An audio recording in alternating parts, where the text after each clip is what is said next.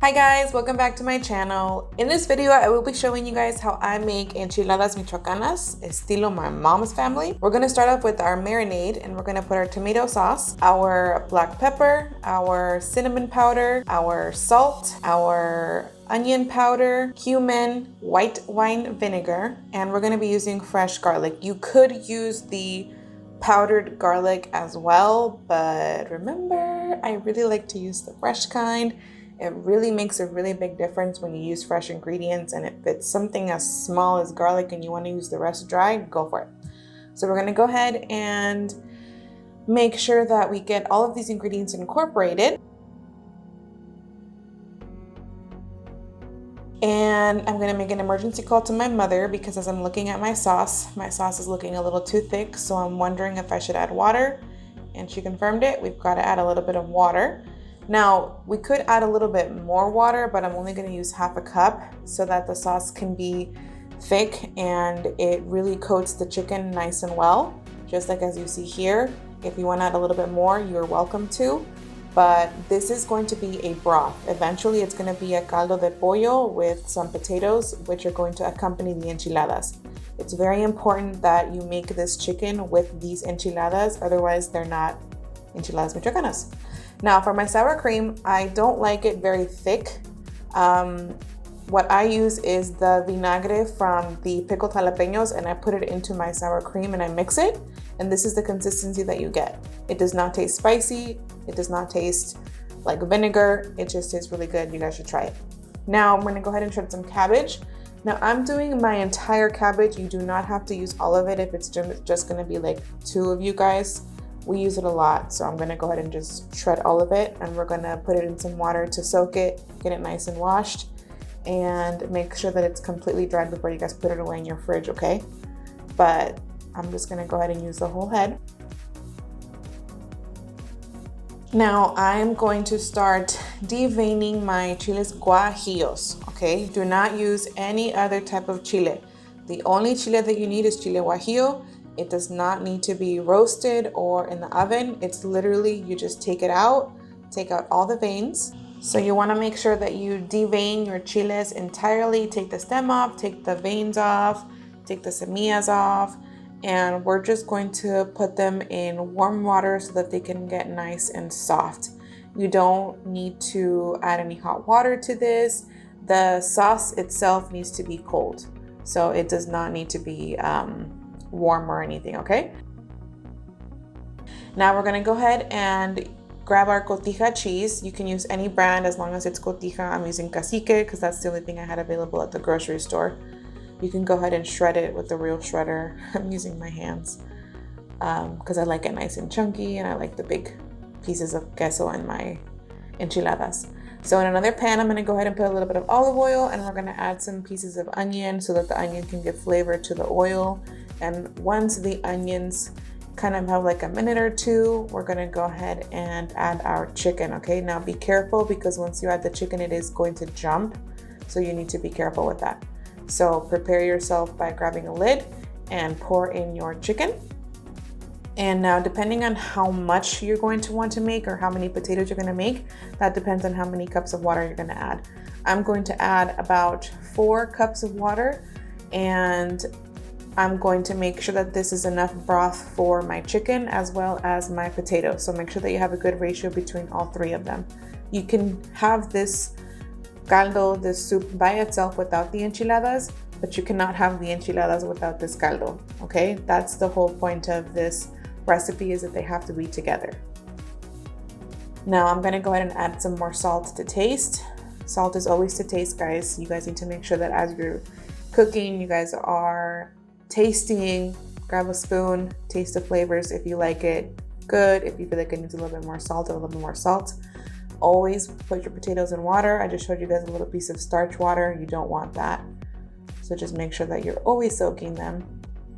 And it's gonna take about an hour, okay? But you always wanna check up on it because sometimes the pollo does take out a little bit of blood residue. You wanna take that from your caldo off. So I'm gonna go ahead and start blending my chiles now that they're nice and soft. You can add salt or you can add your chicken bouillon, and I'm choosing to go with my chicken bouillon, and I'm gonna go ahead and blend it.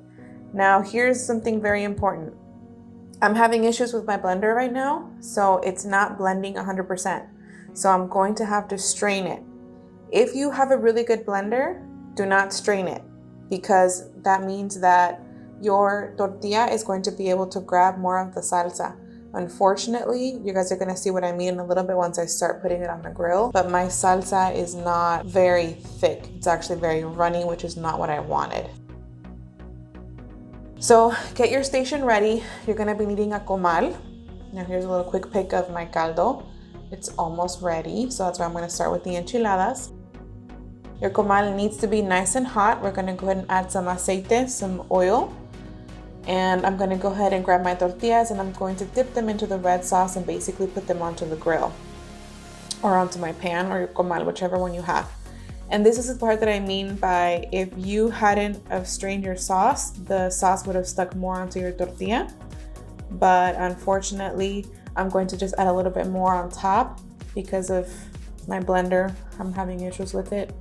But you want to make sure that your tortilla is nice and crunchy on the outside, not like a tostada, but more of like, I guess like when you make a quesadilla on the comal. I think that's like the best way that I can put it. But you want to make sure that it's fully cooked. You don't want it too soft or soggy. You want it to have a good crunch on the outside, and I'll show you what one looks like. But basically, you want to start your assembly line and you want to make sure that you start cooking and you start making as you know you guys are going to start eating. You definitely don't want to make these ahead of time. You want to make them as you and your guests are eating. It's just Miguel and I, so I'm going to make about maybe 6 for each of us. And in one time, it's fine. But if you're having more people, then just make them fresh as your guys are going. So this is what you guys want. Nice crunchy layer at the top. And you don't want them to be really, really soft and soggy, but you do want them to have a good hold because you are going to be adding a lot of toppings. These enchiladas don't have anything inside of them. Everything goes on top, as you will see when we start assembling the enchiladas.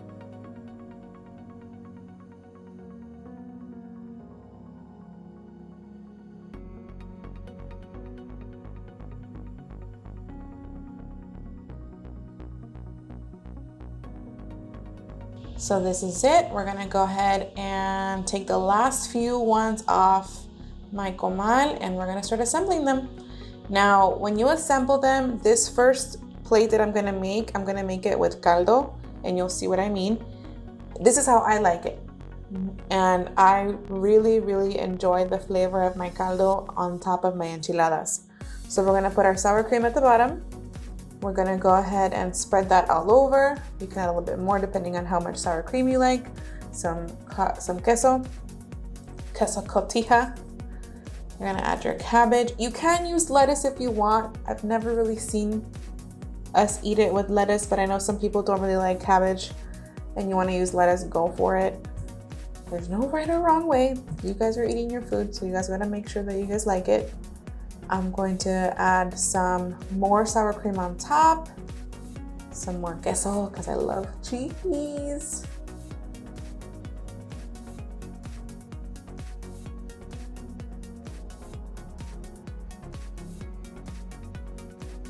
And I'm gonna grab some chiles jalapenos. I'm gonna put, obviously these are extra, okay? You guys don't have to be eating the chile jalapenos, but I really enjoy it. I'm gonna add some papas on the side. I'm gonna grab some broth. I'm gonna put that over my enchiladas. Now, what you could also do is the pollo that's in this broth, you can dip it into your red sauce and grill it just like you grilled the enchiladas. And you guys will also get a really good flavor on your pollo, and it's gonna taste so good. You can also grab a little bowl on the side if you don't want to do what I'm doing right now and just dip your enchilada into it. Oh my God, my mouth is watering. It's so good.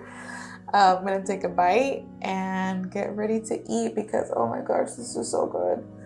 And this is comfort food, you guys. This is not something fancy. This is literally comfort food from our kitchen that I hope that you guys try and I hope that you guys enjoy it. So in this picture, you guys can see that the chile is on the chicken and there's no caldo in this picture, but this is exactly what you guys would like to get. I hope that you guys like my video, that you guys enjoy it. Please like, subscribe, and share my video. Thank you guys so much for watching.